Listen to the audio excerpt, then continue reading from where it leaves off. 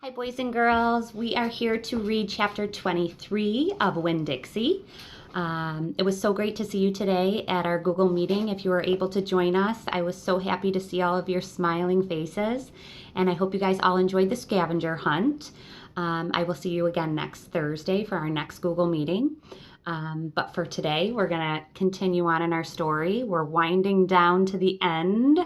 And last chapter, they were still at the party. Opal and Gloria Dump were throwing a party in the backyard at Gloria Dump's house. They had Otis arrive. He brought a big jar of pickles. He was a little shy, but he did manage to get himself into the backyard. He met everybody. And then, as soon as the preacher was done saying the prayer and everyone was getting ready to eat, a bunch of rain started to happen, and they heard a clap of thunder. So the preacher looked up at the sky, and just then the rain came pouring down. Let's see what's going to happen. Last time we made a prediction, and we thought to ourselves, uh-oh, Winn-Dixie's there. And Winn-Dixie has a fear of thunderstorms. Let's see. "Save the sandwiches," Gloria Dump yelled to me. "Save the punch." "I got my dog pictures," screamed Sweetie Pie. She went running around, tearing them off the trees and the chairs. "Don't worry," she kept shouting. "I got 'em." I grabbed the platter of egg salad sandwiches, and the preacher grabbed the punch, and we ran into the kitchen with them. And when I ran back outside, I saw that Amanda had hold of Miss Franny Block and was helping her into the house. Miss Franny was so teary in her high heels that the rain would have knocked her right over if Amanda hadn't held on to her.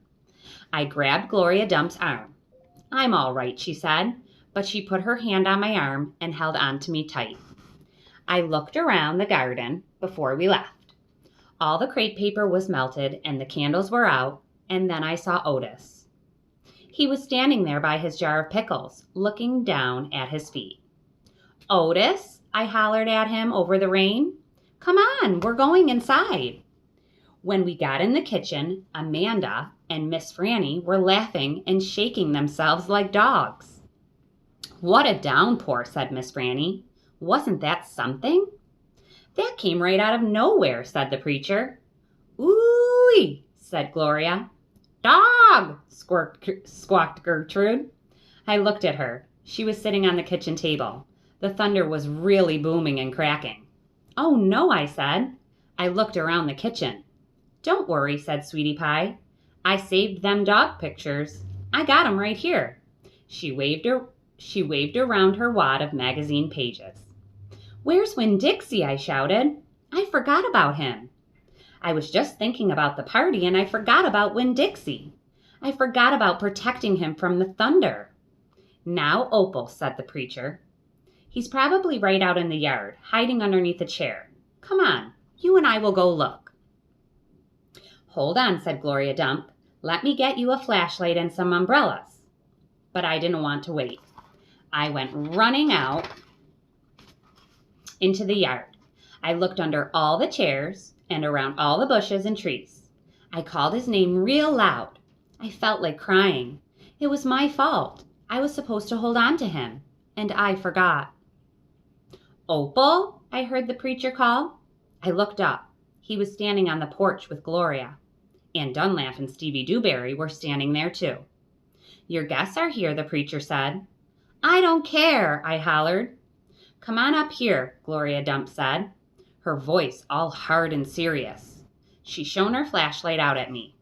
I walked up onto the porch and she handed me the flashlight. "Tell these boys, hey," she said. "Tell them you are glad they came and that you will be right back as soon as you find your dog." "Hey," I said. "Thank you for coming. I just got to find Winn-Dixie and then I'll be right back." Stevie stared at me with his mouth wide open. "You want me to help?" Dunlap asked. I shook my head and tried not to cry. "Come here, child," Gloria Dump said. She reached for me and pulled me close to her and whispered in my ear. "There ain't no way you can hold on to something that wants to go. You understand? You can only love what you got, Well, you got it. She squeezed me hard. Good luck now, she called, as me and the preacher stepped off the porch and out into the rain. Good luck, Miss Franny called from the kitchen. That dog ain't lost, I heard Sweetie Pie holler to somebody inside. That dog's too smart to get lost. I turned around and looked back, and the last thing I saw was the porch light shining on Dunlap Dewberry's bald head. It made me sad, him standing on Gloria's porch, his bald head glowing. Dunlap saw me looking, and he raised up his hand and waved to me. I didn't wave back. Where do you think Winn-Dixie could be? He's obviously scared of the thunder, right? So the last 2 chapters are probably going to be about trying to find Mr. Winn-Dixie. So we will meet again. We'll finish up our story. We have 2 more chapters, I believe. 25, 26. 2 more chapters. And then we will talk about what comes next. Thank you for joining me. See you next time.